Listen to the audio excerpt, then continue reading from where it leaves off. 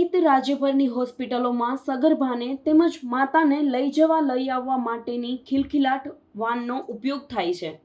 જોકે ઉનામાં નવજાત બાળકો કે સગર્ભાઓ માટે જીવન રક્ષક મનાતી આ ખિલખિલાટ વેનનો વ્યક્તિગત ઉપયોગ કરાતો હોવાનું સામે આવ્યું છે। ઉનામાં આ વેનનો ઉપયોગ ખેતરમાં વાપરવામાં આવતા ખાતરની બોરીઓની હેરફેર કરાતી હોવાનું સામે આવ્યું છે। ખિલખિલાટ વાનમાં ખાતરની થેલીઓ ભરાવતા વિડીયો સોશિયલ મીડિયામાં વાયરલ થયો છે। ત્યારે લોકોમાં ચર્ચા થઈ રહી છે કે તંત્રને આરોગ્યની ચિંતા નહીં પરંતુ ખાતરની ચિંતા છે કે શું? બની શકે કે આ વેનના ડ્રાઈવરનું વ્યક્તિગત કામ પણ હોય।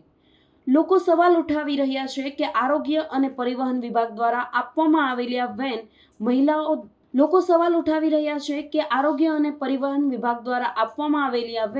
મહિલા દર્દીઓ માટે છે કે પછી ખાતર ભરવા માટે? સમય મિરર સાથે ફારૂક કાજી, ઉના।